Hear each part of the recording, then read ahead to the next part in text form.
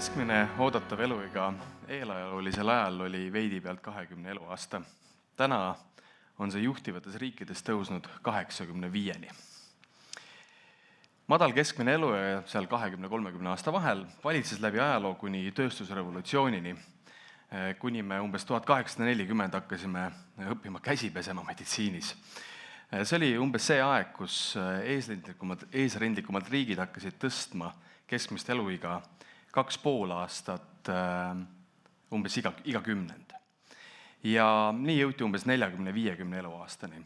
20. sajandi arengud nagu penitsilliin näiteks tõstsid need eesrindlikutes riikides keskmise eluea umbes 70 eluaastani ja peale selle.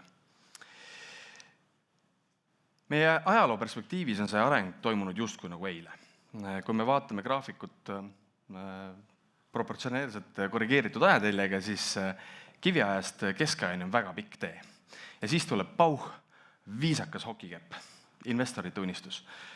Põhiline muutus selles hokikepis on toimunud tänu enneaegsete surmade vähendamisele, ehk siis põhiliselt vastsündinute ja laste hulgas. Mitte sellest, et me nüüd järsku elame väga palju pikemalt.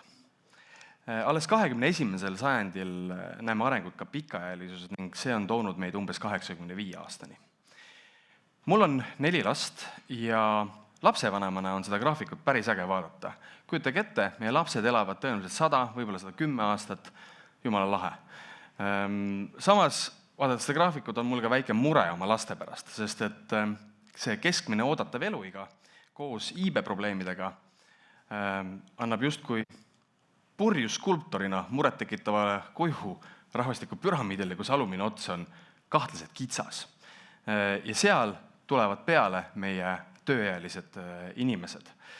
Nii et me näeme seda, et meil on vähem tööealisi, kes peavad üleval pidama suurt hulka vanemaid inimesi ja me teame, et lisaks pensionitele ja sotsiaalhoolekandele on ka tegelikult vanemaealistel palju suuremad tervisekulud kui muidu ühiskonnas.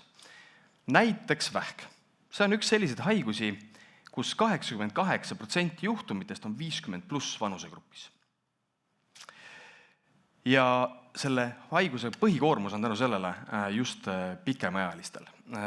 WHO ennustused ütlevad, umbes pooled inimesed siin saalist saavad vähidiagnoosi oma eluea jooksul. Taavi ei saa, sest temal juba oli. Taavi Kotka nimelt.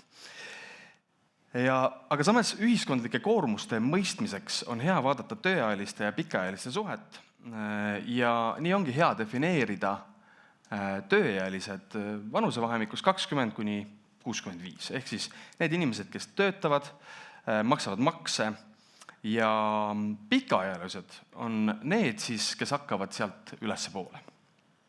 Ja selle koormuse mõistmiseks on hea, kui me vaatame, kui palju meil on pikaajalisi, näiteks 100 tööealise kohta. Vastus on täna 36. Ehk siis kambakesi, kui me töötame, 3 peale kanname me ära umbes 1 pikaajalise. Kui me vaatame aga seda koormust läbi aja, siis näeme, et koormus on pidevalt kasvanud ja aastast 2060 on meil koormus juba pea 2 korda suurem. Ehk siis rohkem. Aga nii kaugele polegi vaja vaadata. Tänu ühiskonna struktuursetele muudatustele on meil täna juba jama majas. Nimelt käesoleval aastal on Tervisekassa hinnanguline puudujääk umbes 200 miljonit eurot ja on ennustatud, et circa 10 aasta jooksul on puudujääk kasvamas 5 korda ehk kuni pea miljardi euroni. Need järgmised 10 aastat on need 3 punkti siin graafikul. Ja see tähendab seda, et meil on juba tervishoiu rahastamise kriis käes. Meil mõnes mõttes maja põleb ja juuksed ka juba, aga me vist kõik ei saa sellest veel aru. Kui me midagi siin ette ei võta, siis on väljavaated meie ühiskonnas nagu päris kurjad, et tekib tervisealane kihistumine niimoodi, et osad inimesed ühiskonnas ei saa endale enam arstiabi lubada. Ja see tähendab seda, et mõnedele meist muutub tervise mõttes toimetulek justkui elu ja surma küsimuseks. Mitte see, et kas vorsti saab leiva peale osta. Ja see peaks meid kõiki veidi muretsema panema. Samas, kuidas siis on nii, et meil ei suuda nüüd neid 3 või seda 1 pikaajalist 3 tööealise peale ära kanda? Keskmise eluea kõrval on mõiste tervena elada jäänud aastat. See on mõiste, mis kirjeldab meie elu, kus me ei ole piiratud oma igapäevategevustes. See tähendab, ka töötamine ei ole piiratud. Eestis on oodatav keskmine eluiga täna peaaegu 80 aastat. Sellest tervena elada jäänud aastaid on 59, tegelikult 58,7. See tähendab seda, et 1/4 meie elu lõpust, ehk siis napilt peale 20 aasta, oleme me justkui keskmiselt katkised ja piiratud vanainimesed. See ei kehti muidugi kõigi kohta, Chuck Norrise ja Zlatani kohta see ei kehti. Aga minu vanaema ei olnud Zlatan. Enne kui ta päris voodihaigeks jäi, pääses ta väga harva oma 4. korruse korterist välja, sest ta ei suutnud omal jõul enam trepist alla käia. Ehk siis, kui me võrdleme ka pensioniga tervelt elatud aastatega, siis on selge, et see tööealise definitsioon, mis algab 20 ja lõpeb seal, kus pensioniga, ei ole päris võib-olla õige. See peaks arvestama pigem tervelt elatud aastatega, sest selle koha pealt hakkab meie töövõime kukkuma. Ma mõtlen ühiskonnas. Ehk siis, kui me toome definitsioonis ülempiiri 65-lt näiteks 59 aastale, siis näeme, et ühiskondlik koormus on hoopis teistsugune. Ehk siis 100 tööealise kohta on meil 57 pikaajalist. Ja minu arust kirjeldab see veidikene paremini meie olukorda. Seda kriisi, mis on juba alanud. Kui me vaatame koormust läbi aastate, siis need, kes töötavad, peavad toetama lisaks pensionäridele ka neid tööealisi, kes millegi pärast on haiguse tõttu mitte võimelised töötama või piiratud oma tegevustes. Ja selline suhe on meil peaaegu 2:1. 25 aasta pärast on see suhe juba peaaegu 1:1. Vot see on see koht, kus mina olen lapsevanemana väga mures.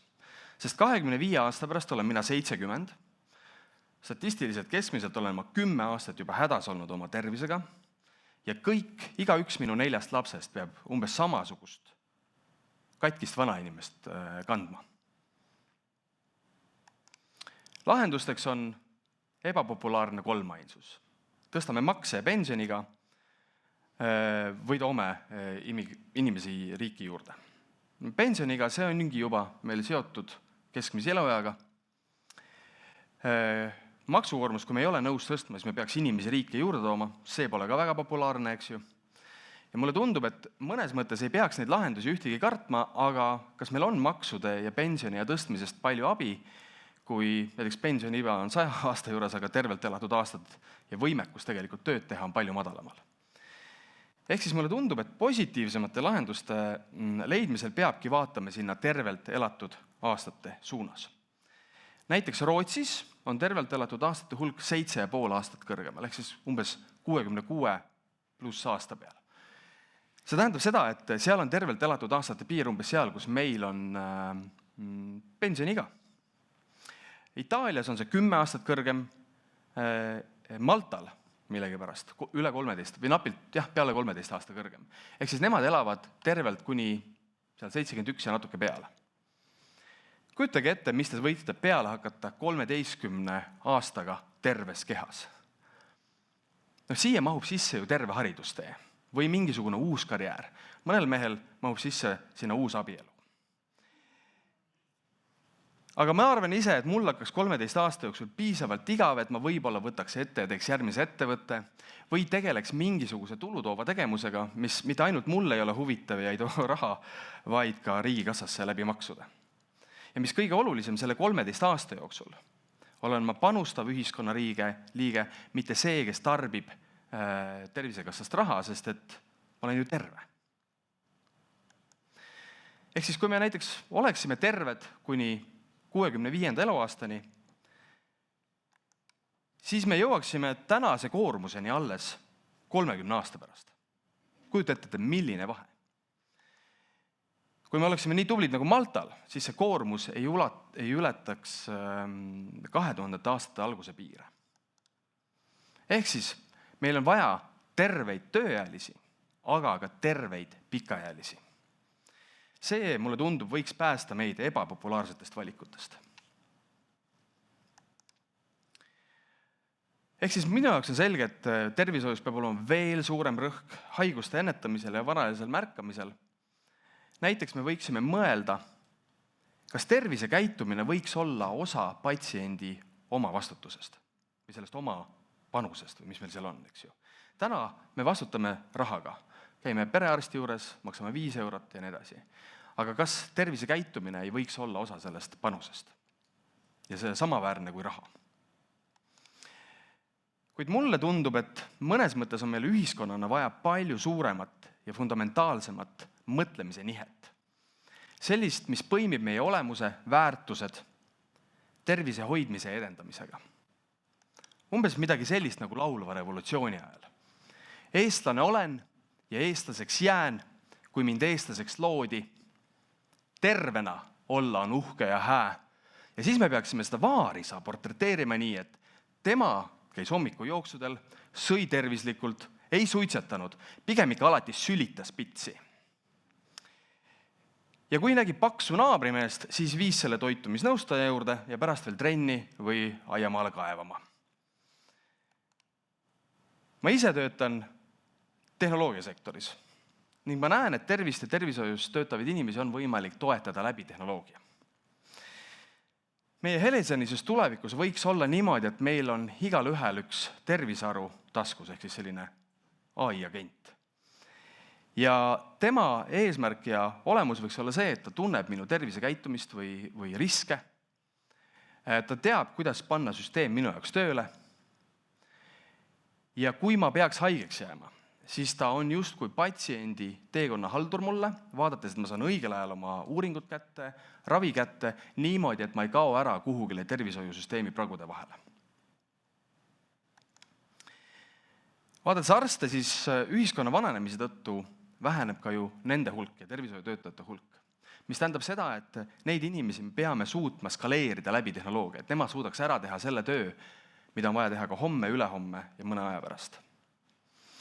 Niimoodi, et tehnoloogia võiks süsteemselt ja keskelt tegeledagi haiguste varajase märkamisega, raviteekondade ja taastusravi planeerimisega.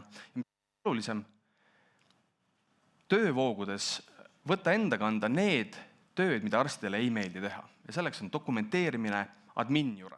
Nii et nemad saavad keskenduda sellele, mis on neile südamelähedane, ehk siis inimeste ravimine. Mina isiklikult ja minu meeskond Better Medicine'is töötab just ühe sellise väikese tüki kallal, mis võiks sellesse tulevikku panustada. Me ehitame tehisarusüsteemi, mis tuvastavad vähki. Vähk on mulle oluline teema. Laiemas pereringis on meil olnud vähki oma jagu, aga seda tunnevad ilmselt kõik inimesed Eesti peredes. Samas millegipärast viimase paari aasta jooksul on saanud 3 sõpra vähidiagnoosi ja nad on kõik alla 50. Ma mõtlen, et kuhu jäi see 88%. Aga nii on. Igatahes meil Better Medicine'is on eesmärgiks vähi varajane tuvastamine ja leidmine ning radioloogide aitamine. Ma toon neeruvähi näite. Taavet on 67. 3 aastat tagasi läks ta haiglasse, sest kõht valutas. See oli ebaspetsiifiline varu, keegi ei saanud päris täpselt aru ja talle tehti kompuutertomograafia. Leiti, soolesopistuste põletik, sai ravi, kõik on hästi. Sellel uuringul jäi aga märkamata üks 1,4 sentimeetrine tuumor tema vasaku neeru ülemises osas. 3 aastat hiljem on see tuumor kasvanud 4 sentimeetri suuruseks, tunginud neeru rasvakapslisse ja kogumissüsteemi.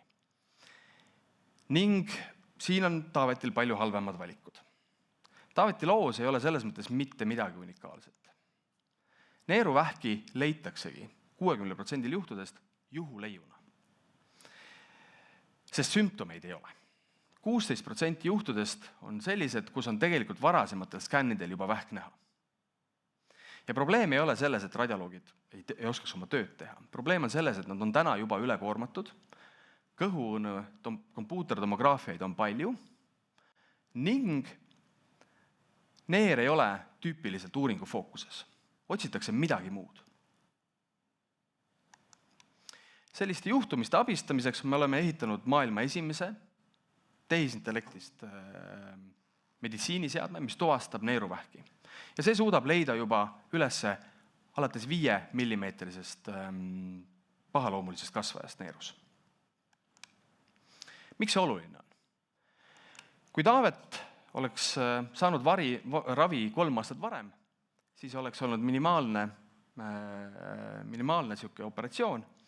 Täna seisab tal ees tõenäoliselt terve neeru eemaldamine ja vanematel inimestel on see päris raske operatsioon. Samuti, kui tekivad metastaasid, siis ootab teda keemiaravi. Nii ongi radioloogile ja patsiendile tegelikult selline tehisintellekt justkui nagu turvavõrk. Et see teostab teist ja topeltlugemist samale skännile selleks, et mitte midagi maha magada. Ja tervishoiusüsteemile varajases faasis neeruvähiravi on umbes 4000 €, hilises faasis on see juba üle 40 000. Ja mis kõige halvem, see hilise faasi patsient sureb suure tõenäosusega ikkagi. Samas kui varajase faasi patsient, tal on 6 korda kõrgem võimalus ellu jääda ja tulla tagasi panustavaks ühiskonnaliikmeks, nii et sellest võib tekkida ka maksutulu Tervisekassale. Ma siiralt usun, et haiglate, ravimite, arstide kõrval on tehisintellekt selline mängu muutev element, mis aitab meil selle helesinise tuleviku suunas liikuda niimoodi, et me suudame oma tervishoiusüsteemi ja heaoluühiskonda tänu sellele jätkusuutlikult üleval pidada. Asi, mida igaüks teist siin saalis teha saab, on see, et kui keegi tuleb küsima teilt terviseandmeid, kas teadusuuringute või teadusarenduse jaoks, siis öelge lihtsalt jah.